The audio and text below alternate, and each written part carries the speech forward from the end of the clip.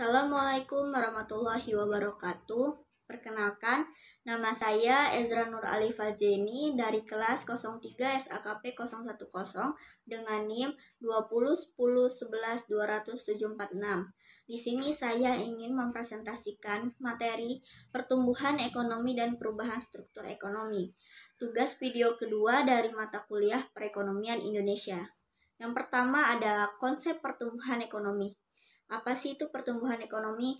Pertumbuhan ekonomi adalah proses perubahan kondisi perekonomian suatu negara secara berkesinambungan menuju keadaan yang lebih baik selama periode tertentu.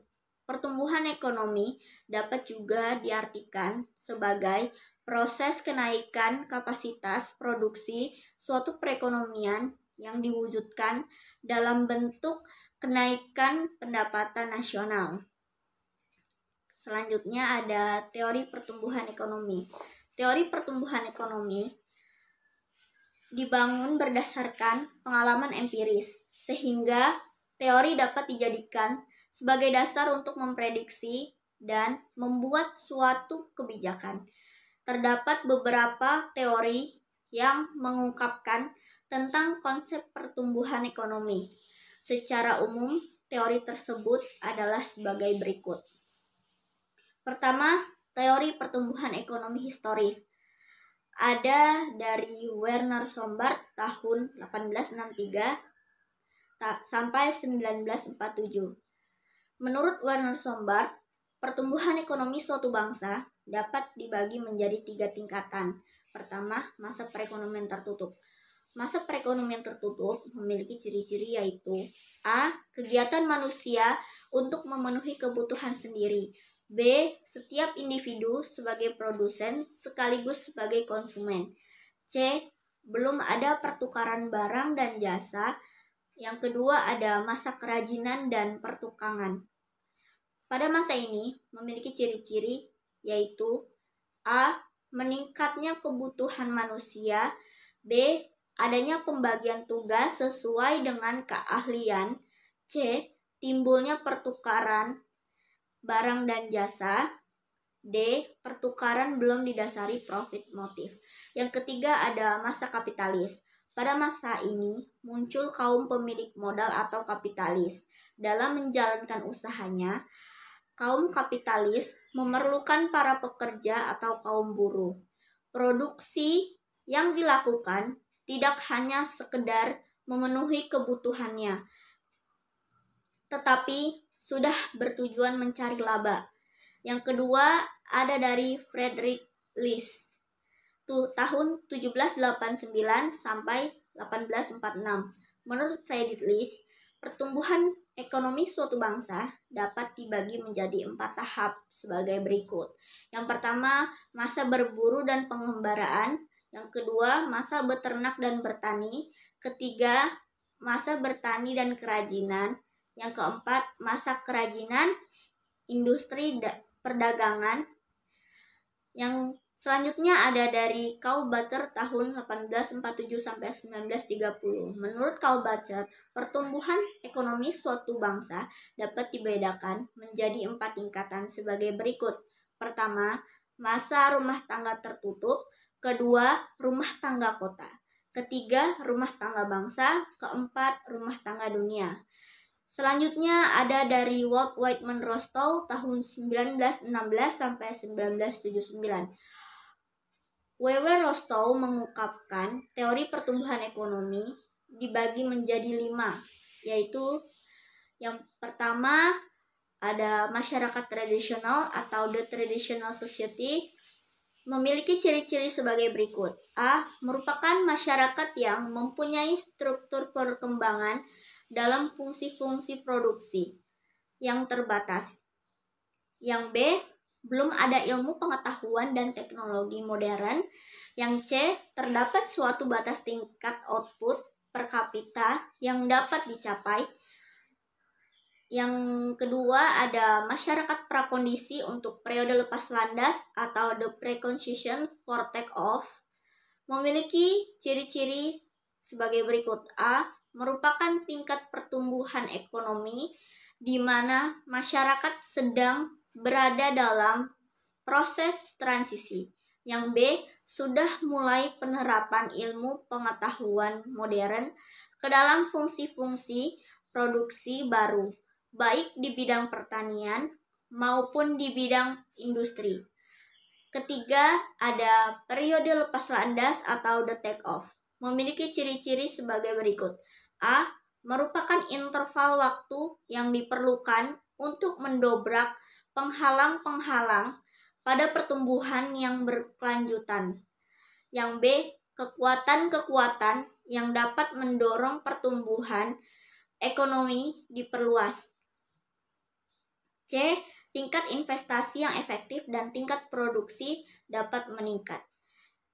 Keempat, ada gerak menuju kedewasaan atau maturity.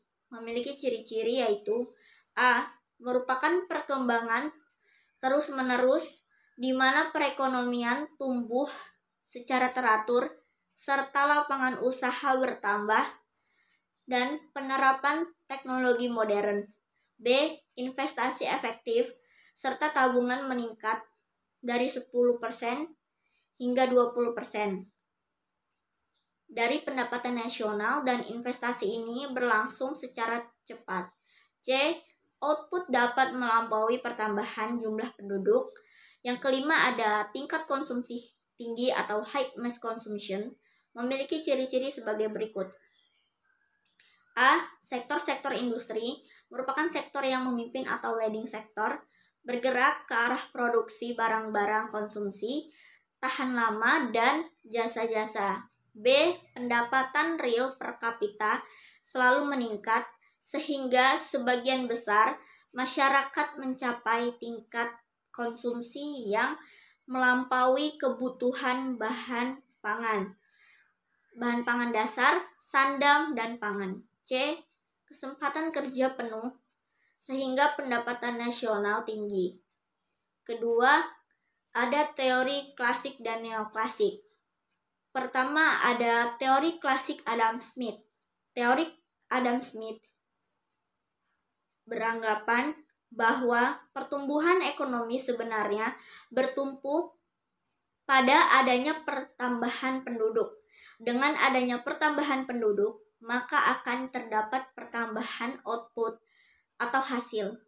Kedua, ada dari David Ricardo, berpendapat bahwa faktor pertumbuhan penduduk yang semakin besar sampai menjadi 2 kali lipat pada suatu saat akan menyebabkan jumlah tenaga kerja melimpah. Kelebihan tenaga kerja akan mengakibatkan upah menjadi turun. Upah tersebut hanya dapat digunakan untuk membiayai taraf hidup minimum sehingga perekonomian akan mengalami kemandekan atau stationary state. Ketiga, ada teori neoklasik Robert Solow. Robert Solow berpendapat bahwa pertumbuhan ekonomi merupakan rangkaian kegiatan yang bersumber pada manusia, akumulasi modal, pemakaian teknologi modern, dan hasil atau output. Adapun pertumbuhan penduduk dapat berdampak positif dan juga dapat berdampak negatif. Keempat, ada dari Harold Domar. Teori ini beranggapan bahwa modal harus dipakai secara efektif karena pertumbuhan ekonomi sangat dipengaruhi oleh peranan pembentukan modal tersebut. Teori ini membahas tentang pendapatan nasional dan kesempatan kerja. Kemudian ada faktor-faktor yang mempengaruhi pertumbuhan ekonomi. Faktor-faktor yang mempengaruhi pertumbuhan ekonomi adalah yang pertama ada faktor sumber daya manusia. Sama halnya dengan proses pembangunan, pertumbuhan ekonomi juga dipengaruhi oleh sumber daya manusia. Cepat lambatnya proses pembangunan tergantung kepada sejauh mana sumber daya manusianya selaku subjek pembangunan memiliki kompetensi yang memadai untuk melaksanakan proses pembangunan. Kemudian yang B yaitu faktor sumber daya alam. Sumber daya alam saja tidak menjamin keberhasilan proses pembangunan ekonomi apabila tidak didukung oleh kemampuan sumber daya manusianya dalam mengelola sumber daya alam yang tersedia. Kemudian yang C yaitu faktor sumber daya ilmu pengetahuan dan teknologi. Perkembangan ilmu pengetahuan dan teknologi yang semakin pesat mendorong adanya pergantian pola kerja yang semula menggunakan tangan-tangan manusia digantikan oleh mesin-mesin canggih yang berdampak kepada aspek efisiensi, kualitas, dan juga kuantitas rangkaian aktivitas pembangunan ekonomi yang dilakukan.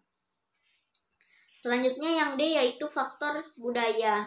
Faktor budaya memberikan dampak tersendiri terhadap pembangunan ekonomi yang dilakukan.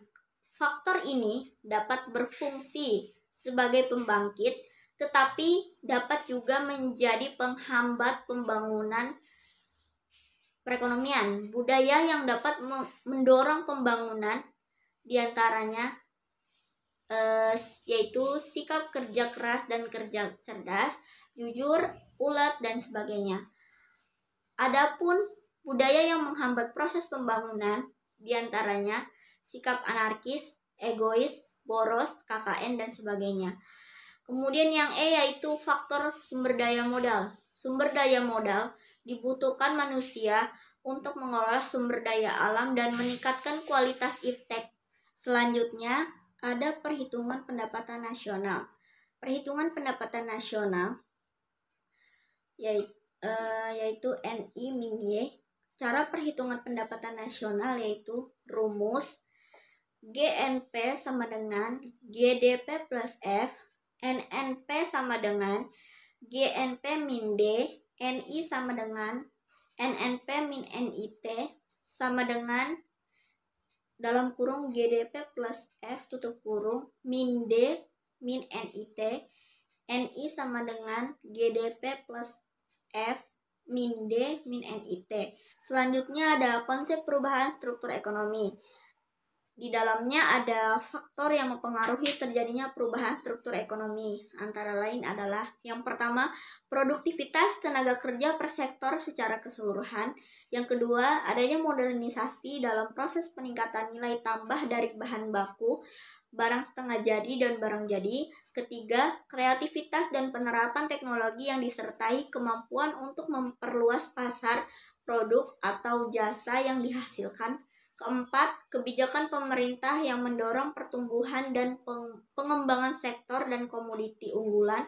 Yang kelima, ketersediaan infrastruktur yang menentukan kelancaran aliran distribusi barang dan jasa serta mendukung proses produksi. Yang keenam, kegairahan masyarakat untuk berwirausaha dan melakukan investasi secara terus-menerus. Yang ketujuh, adanya pusat-pusat pertumbuhan baru yang muncul dalam wilayah daerah. Yang terakhir, kedelapan, yaitu terbukanya perdagangan luar daerah dan luar negeri melalui ekspor impor. Sekian video dari saya, kurang lebihnya mohon maaf. Terima kasih.